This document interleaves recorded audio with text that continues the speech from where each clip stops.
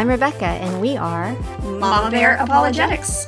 We're just two gals talking about life's big questions from a biblical worldview. Because when it comes to the battle of ideas, we need to be able to say, mess with my kids and I will demolish your arguments. You mess, I demolish. Got it? Capiche? Rise up, ladies. Rise up, Mama Bears. This might not affect your faith, but it might affect your children's. Welcome to another episode of Mama Bear Apologetics. I'm Hillary. I'm Rebecca.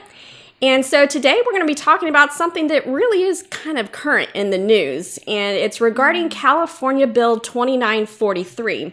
Now, I've heard a lot of people posting things. In fact, I've seen some people getting mad on people posting things saying, oh, this bill bans Bibles. So we're just going to ask the question. Is it clickbait? Yeah, it's kind of clickbait, kind of like the title that we've got. Does the California Bill 2943 actually ban Bibles? So that's kind of the question that we're asking, but also for the purposes of a lot of the articles that I see, they talk all about the bill, but they don't actually read the bill. Yeah. And so I figure what better way for moms to really be informed on this than to actually read the bill. God help us. Legal language. Oh my gosh. Just beautiful prose. Oh, right? Yeah, beautiful prose. Some might call it that. So what we're going to do is we're actually going to read this bill with you, and we're going to we can't read it in its entirety because it's like, I don't know, 20 pages.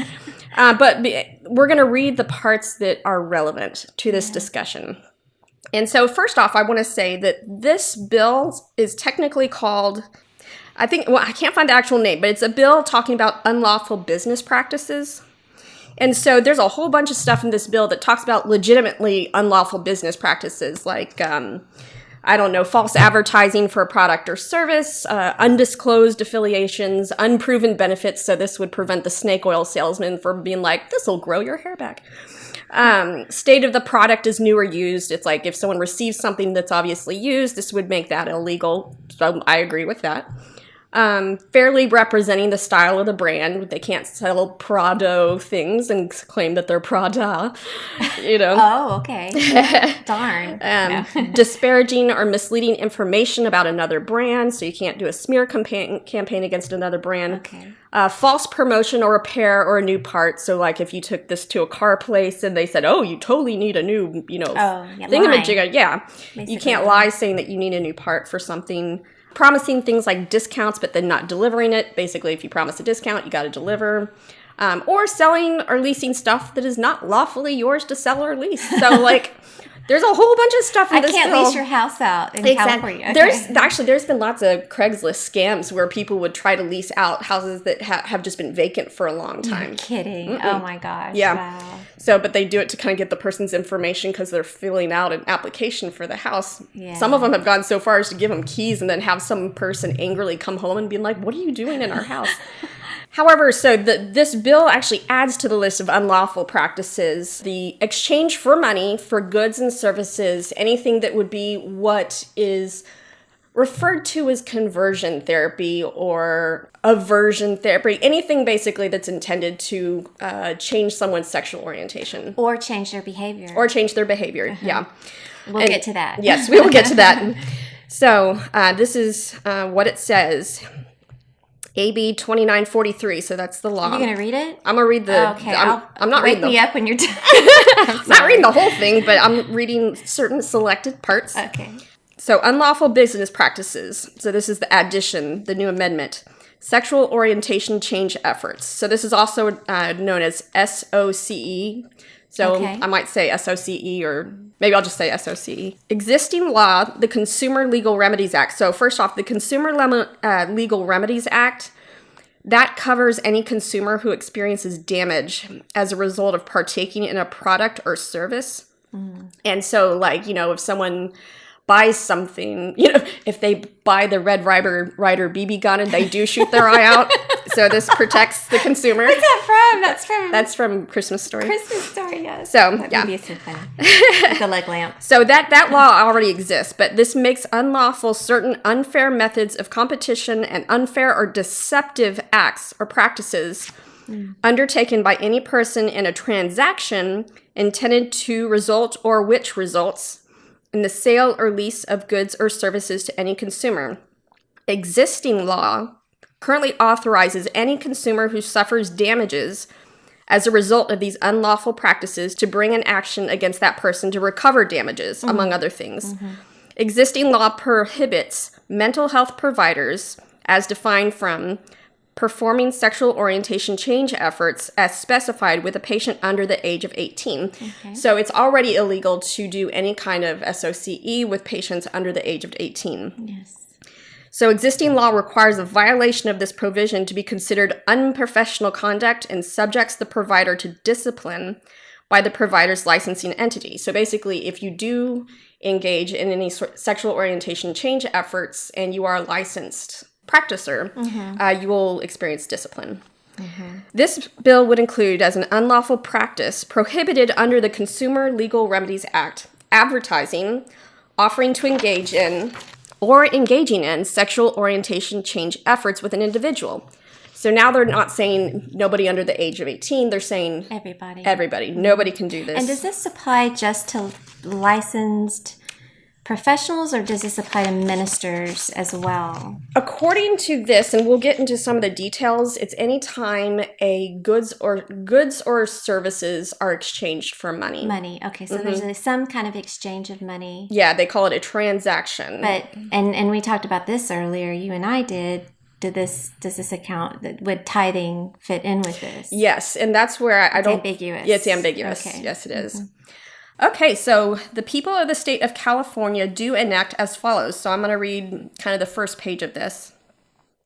The legislature finds and declares the following. A. Contemporary science recognizes that being lesbian, gay, bisexual, or transgender is part of the natural spectrum of human identity and is not a disease, disorder, or illness. B. The American Psychological Association convened the Task Force on Appropriate Therapeutic Responses to Sexual Orientation. This task force conducted a systematic review of peer-reviewed journal literature on sexual orientation change efforts and issued a report in 2009. This task force concluded that sexual orientation change efforts can pose critical health risks to lesbian, gay, and bisexual people, including confusion, depression, guilt, helplessness, hopelessness, shame, social withdrawal, suicidality, substance abuse, stress, disappointment, self-blame, decreased self-esteem, and authenticity to others, increased self-hatred and loss of friends and potential romantic partners, problems in sexual and emotional intimacy, sexual dysfunction, high-risk sexual behaviors, and a feeling of being dehumanized and untrue to self, a loss of faith, and a sense of having wasted time and resources.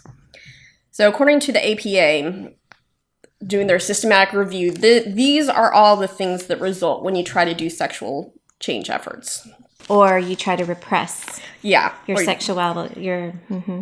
So, and also the APA, also it says it advises parents, guardians, young people, and their families to avoid sexual orientation change efforts that portray homosexuality as a mental illness or developmental disorder, and to instead seek psychotherapy, social support, and educational services that provide accurate information on sexual orientation and sexuality, increase family and school support, and reduce rejection of sexual minority youth. So the accurate information would be listed in the A, which was that lesbian, gay, bisexual, and transgender is part of the natural spectrum of human identity. The natural spectrum of human identity. Interesting. So the next several pages lists all sorts of different organizations. How about being how about having gay feelings and not wanting to be gay?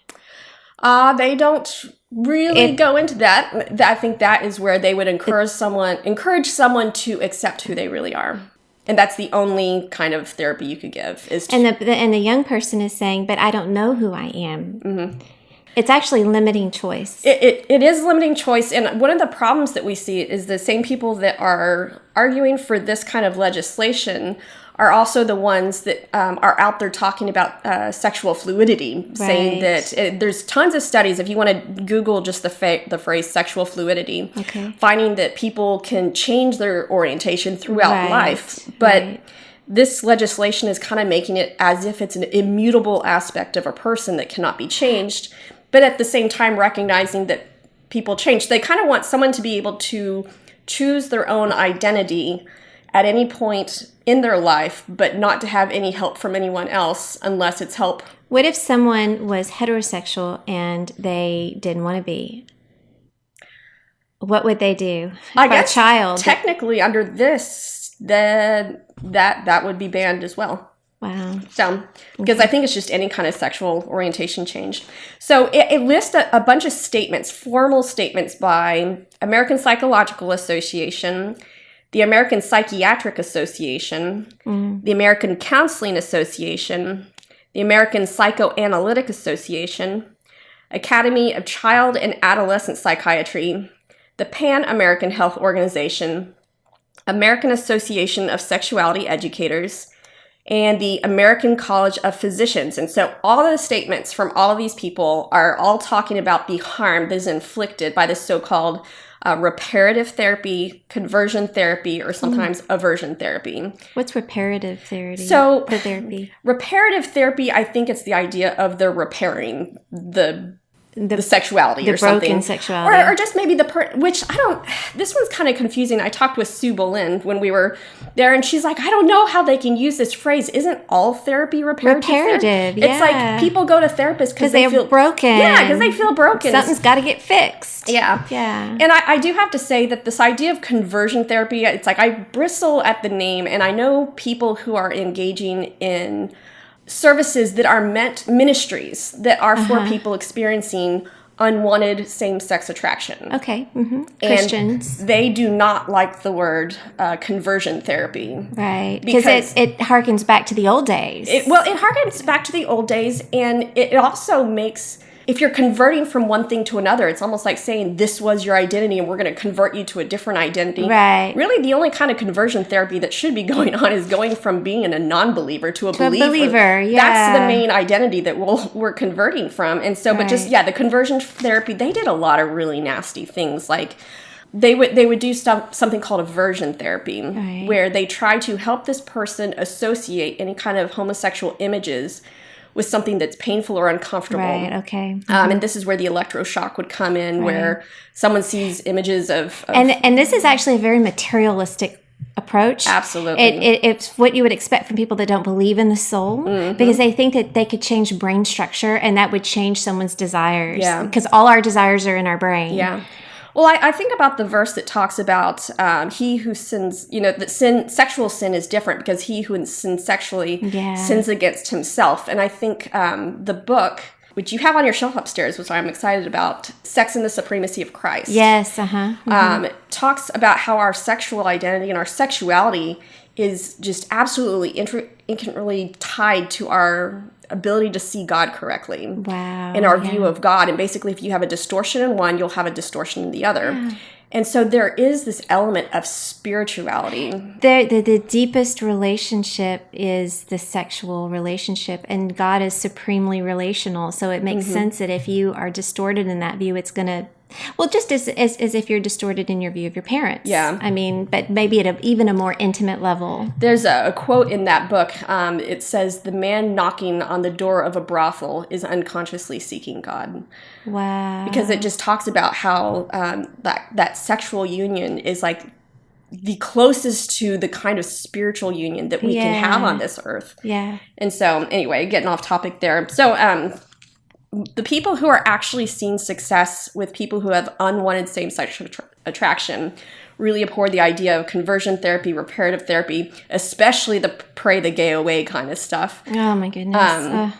And really, they engage in a more just kind of a discipleship model. At least I know that's what they do at Living Hope. Yeah. So we have to admit that that kind of discipleship model that they would do with maybe someone struggling with pornography or someone struggling with drug abuse. Yeah.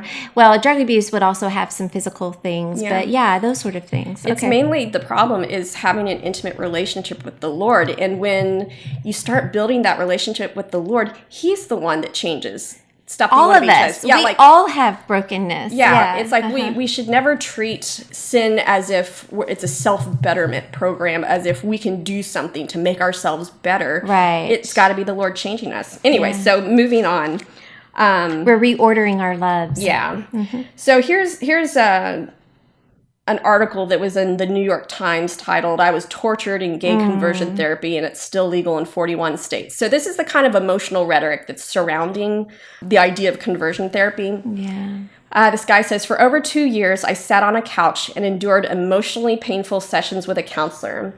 I was told that my faith community rejected my sexuality and that I was an abomination that we had heard about in Sunday school, that I was the only gay person in the world, and that it was inevitable that I would get HIV and AIDS. But it didn't stop with those hurtful talk therapy sessions. The therapist ordered me bound to a table to have ice, heat, and electricity applied to my body. I was forced to watch clips on a television of gay men holding hands, hugging, and having sex. I was supposed to associate those images with the pain I was feeling, to once and for all turn into a straight boy. In the end, it didn't work. I would say that it did, just to make the pain go away." So this is the kind of testimonies that they have people coming out and saying. Although I've heard from at least one individual that when that individual was questioned, said, "Oh, what's the name of this doctor so that we can go after them?" They couldn't provide any names. So, and it's anecdotal. Yeah, it's like the same thing that they're trying to prevent in these consumer protection is this sort of anecdotal type advertising. They're using it to build this law. I mean, what are the statistics on this? Yeah. Well, they would say that they have a lot of statistics. So here's moving on in the bill. They say reparative therapists have not produced any rigorous scientific research to substantiate their claims of cure. And I would like to mention the man that I talked to today. His name is Stephen Black, and he has a ministry called First Stone Ministry. And he wrote a book called Freedom Realized. And the reason why he wrote this is he was hearing these accusations saying that there was zero evidence for any of this. So zero evidence for cure. Like, I don't like the way name cure because it sounds like an illness, but for someone change, we'll just say for sexual orientation change. Yeah, and a complete change or however that's measured, right? Almost, I mean, anyone who works in this knows that you almost never have a complete change. Right. Like, you're still going to struggle with stuff, but... Yeah, because you're a sinner. Yeah, but there's people who live, they have... husbands and wives and children. Rosaria Butterfield. Yeah, Rosaria Butterfield. Was one example. But what he did, so what Stephen Black did was he decided to go back through 25 years of files, and he got a statistician to work with him. And they looked at 25 years of files and then tried to contact people and do stuff. And what they found is they had like something in the 70% success rate. And that if someone... And again, these were people who had unwanted same-sex attraction. These were not parents sending their child saying, "Make my child straight." These were people saying, "I feel like the Lord doesn't want me to be," or I don't even know if they're Christian, just saying, "I don't want these same-sex attraction. Can you help?" And I don't think they did what some people do. "Oh, yeah, sure. In 4 months, we'll be going through this." There's no timelines. There's nothing. It's and just, you'll be 100% you'll free. be cured. Yeah. It's like, that's not going on. Anyway, but if you'd like to read about some success stories with a lot of testimonies and also some statistical research, I recommend that book. And I personally know at least 4 people who have gone through Living Hope here in Arlington, Texas, gone through their program. And I even knew the girl who was the counselor, or she was like the intake supervisor or something. Yeah, they did some amazing work there. Are they still around? Okay. Yeah. Of course, they're on the Southern Poverty Center's hate list or something. List of hate groups. Oh, dear. So the APA recommends that ethical practitioners refrain from attempts to change individual sexual orientation, keeping in mind the medical dictum to first do no harm, because we just had that whole long list of all the groups saying how much this harmed. The potential risks of reparative therapy are great, including depression, anxiety, self-destructive behavior, since therapist alignment with societal prejudices against homosexuality may reinforce self-hatred already experienced by the patient. That's a little indictment of biblical morality right there. Many patients who have undergone reparative therapy relate that they were inaccurately told that homosexuals are lonely, unhappy individuals who never achieve acceptance or satisfaction. The possibility that a person might achieve happiness and satisfying interpersonal relationships as a gay man or lesbian is not presented. The funny thing with this is, as I'm reading it, this doesn't sound like a legal bill. Mm-hmm. This sounds like commentary. About something. Yeah, that's what I mean. That it's, wouldn't you say that that's a little bit of an indictment, at least, on social prejudices? That's kind of like traditional value, traditional morals on this. This reads more like a journal article and not a bill. Yeah, it's actually a lot better prose, even though I don't agree with it. Yeah. Okay, so they talk about aversion therapy, which is what we talked about. That's kind of like negative classical conditioning against homosexual. Which is awful. Yeah. You know, that sort of stuff is horrible. Yep. So conversion therapies assume that homosexual orientation is both pathological and freely chosen. I don't know anyone from Living Hope or from the other place. It's called original sin. Did we freely choose? Well, they don't believe that homosexual individuals necessarily chose this orientation. Right. They think that it was, they have a whole thing that they go through. But yeah, to say that someone chose this, that's just uninformed. Yeah. So clinicians should also be aware that there's no evidence that sexual orientation can be altered through therapy, and the attempts to do so may be harmful. Again, I would point to the Stephen Black book. So this is again all the list of groups that I mentioned, that they're all making these formal statements. So we'll pass through those, and we'll get to where we start actually talking about what the bill is trying to do. So it's like they're introducing all this support for the bill. Okay. In a journal-like way. And so now let's get to when they're talking about fraudulent business practices. Okay, the legal language. Yeah, the legal language. So courts, including in California, have recognized the practice of sexual orientation change efforts as a commercial service. Commercial meaning people pay money for this. Mm-hmm. Therefore, claims that sexual orientation change efforts are effective in changing an individual's sexual orientation may constitute unlawful, unfair, or fraudulent business practices under state consumer protection laws. This bill intends to make clear that sexual orientation change efforts are an unlawful practice under California's Consumer Legal Remedies Act. And so this is some organization advertising that they can change your sexual orientation in 6 easy steps. Yeah. But do we know any that do that? I mean, maybe there are. Yeah. Yeah, there might be. So that would be, okay, a legitimate thing to...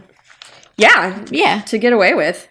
So this But it's strange that we'd need a law to... Anyway. Well, okay. Yeah. So California has a compelling interest in protecting consumers from false and deceptive practices that claim to change sexual orientation, and in protecting consumers against exposure to serious harm caused by sexual orientation change efforts. And this is, of course, based on all the evidence provided by all these, associations. So moving on, it says down here, sexual orientation change efforts means, and this is where they're going to define it. Okay. Practices that seek to change an individual's sexual orientation. That's kind of a duh. This includes efforts to change behaviors or gender expressions. Those are the key words. Mm-hmm. Or to eliminate or reduce big deal sexual or romantic attractions or feelings towards individuals of the same sex. That's no longer SOCE. That's actually, you could be counseling. That's even broader. Yeah. That's saying people that advertise, we can help you cope with your, not act on your sexual, because, okay, say you're a Christian and you believe you cannot act on your sexual orientation. You need help and support and not living a celibate life. Yeah. So that falls under there, which is strange to me. If they were so concerned about these, obviously very harsh, the electroshock, very extreme. Why didn't they specifically outlaw that? Yeah. Why did they make this so broad? Yeah. And something that you just brought up, the fact that this one right here, I'm going to read it one more time just so we can really get the full. Sexual orientation change efforts means any practices that seek to change an individual's sexual orientation. This includes efforts to change behaviors or gender expression, or to eliminate or reduce sexual or romantic attractions or feelings towards individuals of the same sex. Reduce is the key word there. And the other key word would be behavior. So someone could say, I'm gay and I'm probably going to stay that way, so I need help. But I don't want to be. I need help learning how to just not act on my feelings. The danger that I see in here is once pedophilia is labeled a sexual orientation, this now would outlaw the ability to say you need to change that behavior. Oh my goodness. Wow. I'm just thinking about that. I didn't think about that till you kind of pointed out the whole behavior aspect. Yeah, and it says reduce. So it's not okay, I understand eliminate, but reduce. And again, this is the advertising. But they're being way broad, but they start out sounding like they want to specifically get these very horrible things that we would all agree with. Yeah. Why aren't they just targeting that? It's just... Yeah. Well, it's because they had all that list of all the people that said these therapies harmed people, so therefore we're going to do away with all therapies. And also that they have judged that this kind of thing is normal, is normal. natural. And so anything, basically, implicit in that is that anything that's calling it immoral or sin is actually causing the depression. Yes. And And that's the assumption. So, 2, under this, sexual orientation change efforts does not include psychotherapies that A, provide acceptance, support, and understanding of clients, or the facilitation of clients' coping, social support, and identity exploration and development, including sexual orientation neutral interventions to prevent or address unlawful conduct or unsafe sexual practices, and B, do not seek to change sexual orientation. So it's lawful for you to affirm it and to help them cope maybe with the difficulties they have from their sexual orientation, but not to do anything that, even if they ask you to. You know, this is the thing that is so heartbreaking to me. So if I were a counselor in California, I am in that because I love people. It is a hard job. Yeah. You are working with people and you want to try to help them. And then all of a sudden they're telling you, if someone comes to you and is completely just really struggling and they don't want to have these feelings, you can't help them. They're tying your hands. You're under threat of going out of business, but you know what you care about more? That person. Yeah. That's the whole reason why you went into the business, is to help those people. Yeah. And those are the people that they're ending up hurting the very people they think they're helping. Yeah. It's heartbreaking. Well, they would probably say the percentages are different. They'd probably say for, every person that's helped by this, there's, thousands more that are harmed by it. So, well, as Christians, we say everyone is harmed. Yeah, we would. So next it's going to go into section 1770. And so this is the section that I believe people got in an uproar saying that they're banning the Bible. Which, no, they're not banning the Bible. But it's a possibility, But right? there is a possibility of banning the sale of the Bible that's open in this language, which I would not expect them to go after, of course, immediately, because they're going to wait till everybody sounds like crazy folk saying, oh, they're doing this, and they're going to be like, you're so stupid. And then years later, we'll say, well, technically, this is what the... When our ADD culture has forgotten. Yes. Yeah. So this says... The following unfair methods of competition or unfair or deceptive acts or practices undertaken by any person in a transaction intended to result or that results in the sale or lease of goods or services to any consumer are unlawful. So this is just saying selling, the exchange of money for any kind of goods or services. And now it lists a whole long thing. And that was kind of the list that I think I had mentioned before about the unproven benefits and the advertising and selling without adequate supply. Like, who was it? There was some place that was advertising a certain type of sauce. Like, it was like McDonald's. They were saying they had a certain type of sauce, but they had a very limited amount, and people freaked out. But it would keep, like, if you had one TV that was, really, really cheap, advertising that so everybody comes, but you only have one of them. Yeah. So, I mean, those are legitimate fraudulent business practices. And there's a whole bunch of stuff about what you can and can't do with veterans, because apparently veterans are getting snowed all the time. So that's 1, 2, 3, 4... So about 5 pages on all these, but then right here, right in between the mandatory Made in California sticker and a thing saying that mortgage brokers can't use a home improvement contractor, right in between there. Oh, very, very related. Yes, in article or something 28, line 28, I'm not sure. It says 28. Advertising, offering to engage in, or engaging in sexual orientation change efforts with an individual. So remember, this is goods or services that do this.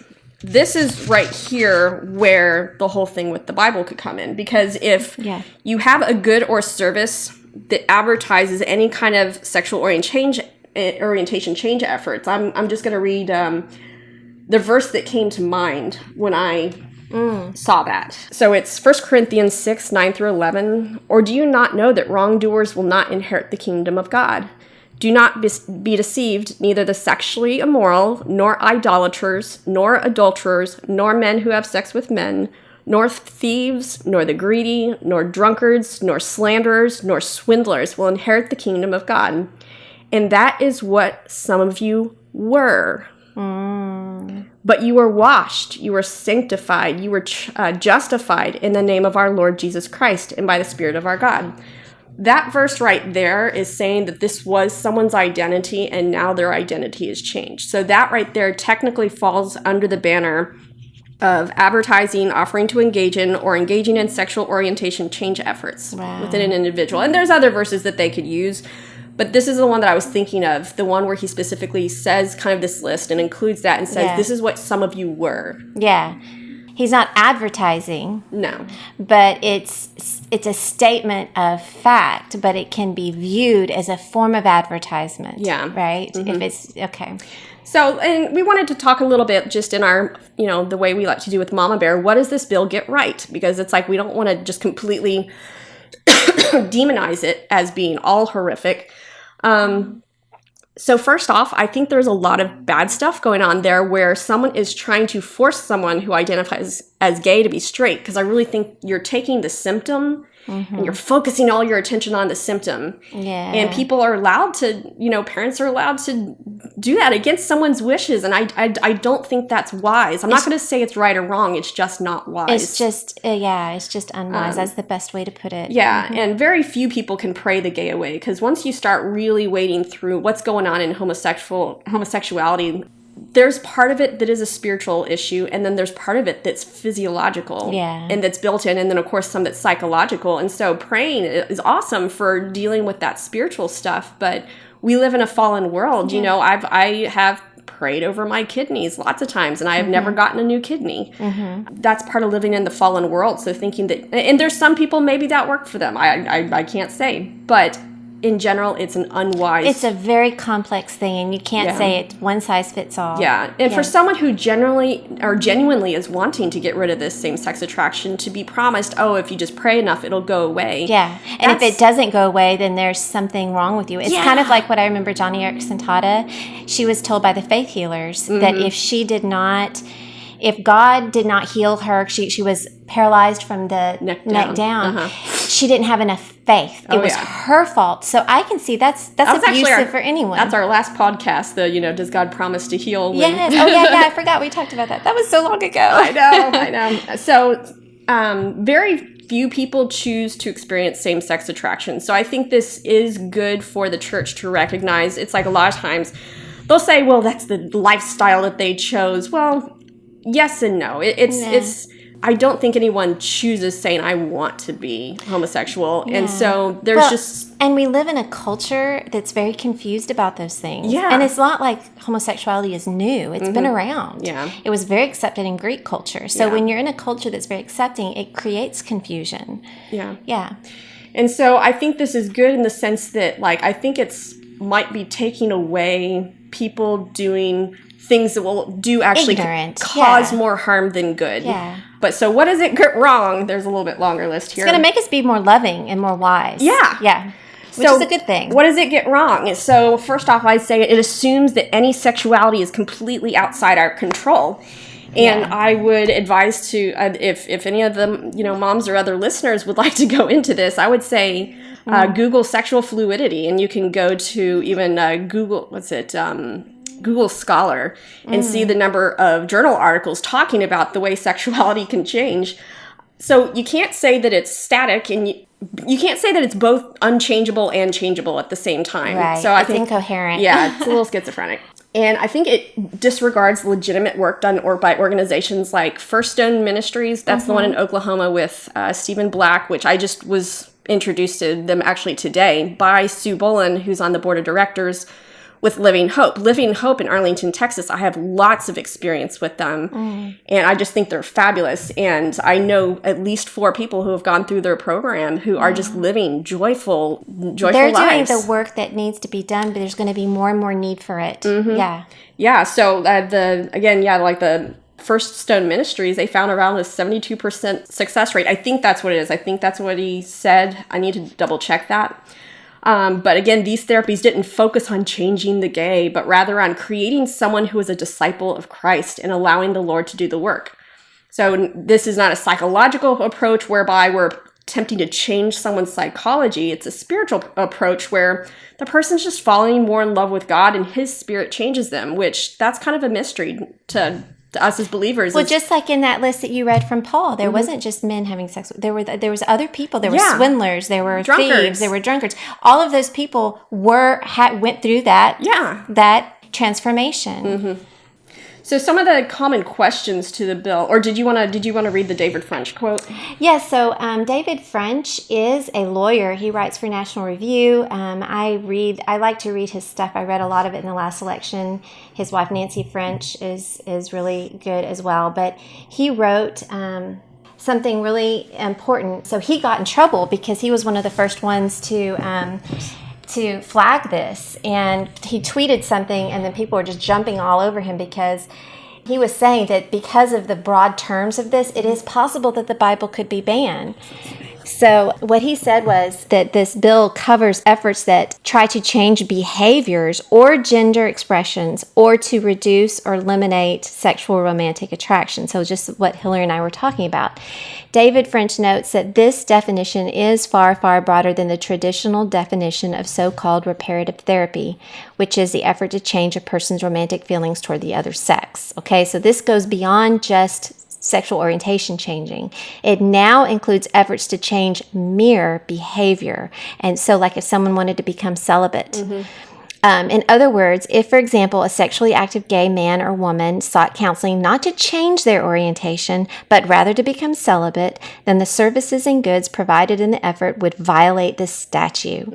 And this is important. If parents faced a child who is identifying as a person of the opposite sex, then services and goods making the argument that, for example, they should persist in calling their daughter she and withhold life-altering hormone treatment in part because most children exhibiting symptoms of gender dysphoria actually do desist, this also would come under this bill, and it would be illegal. Yeah.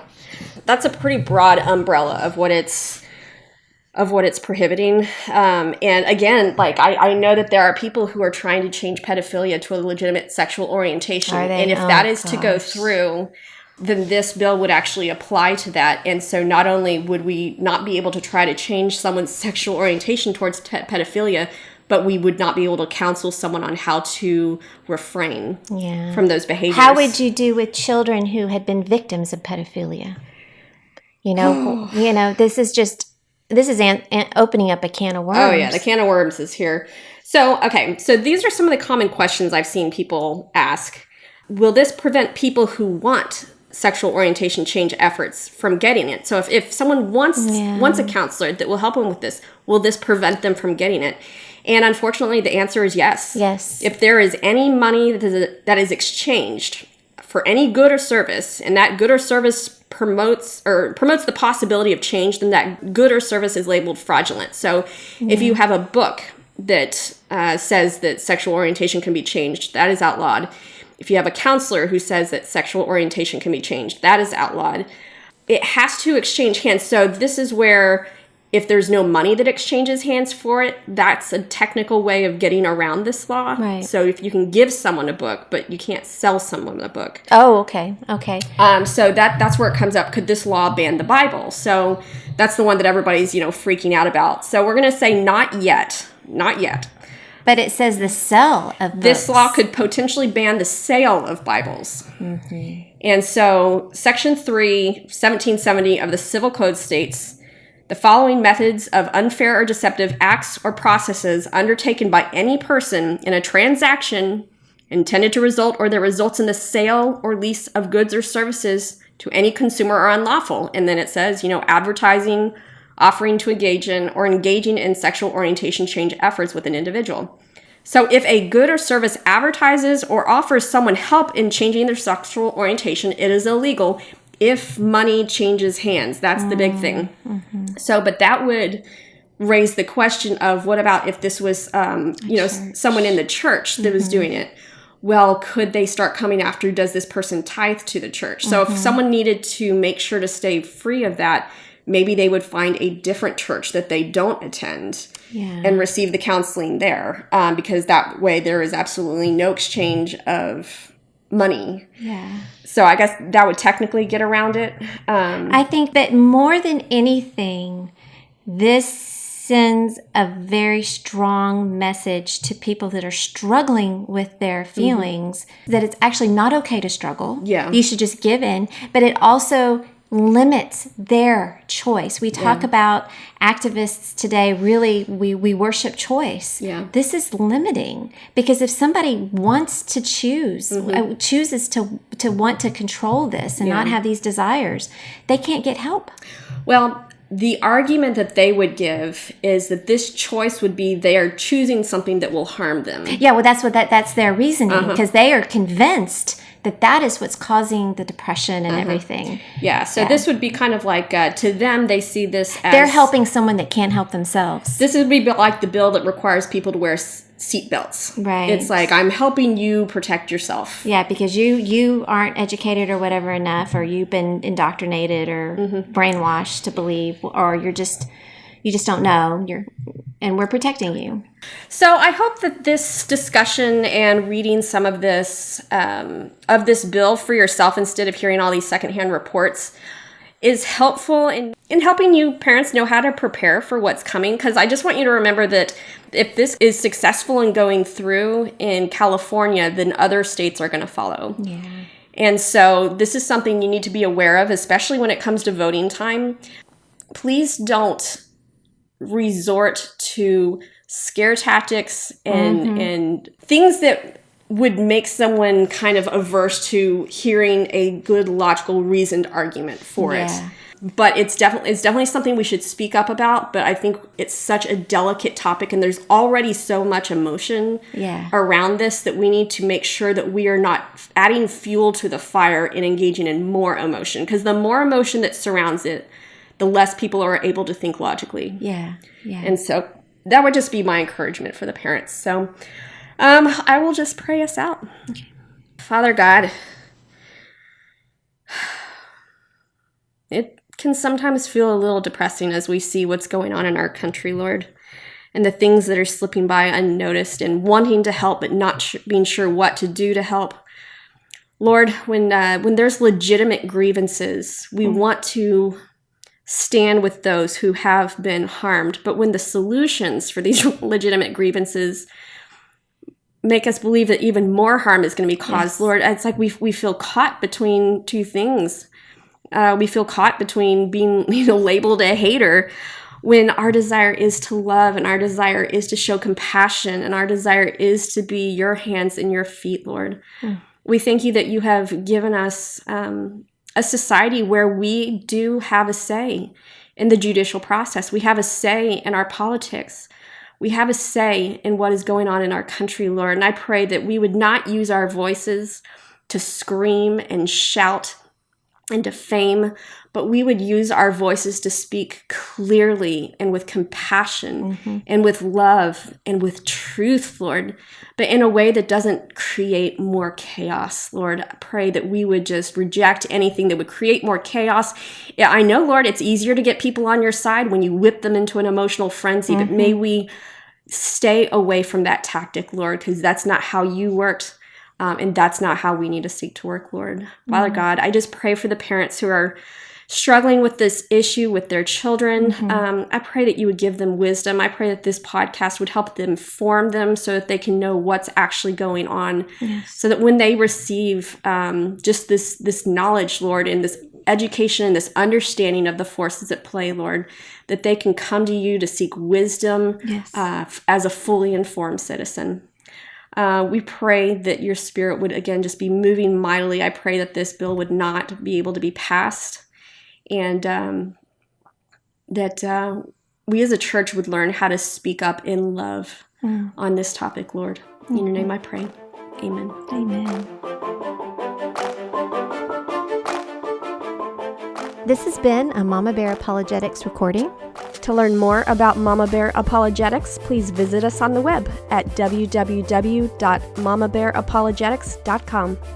Have you been stumped by your kids already? Or maybe you have a nagging question of your own that you think would make a good podcast. Send us an email to askthemamabears@gmail.com and we will do our best. Rise up, ladies. Rise up, Mama Bears. We are all in this together.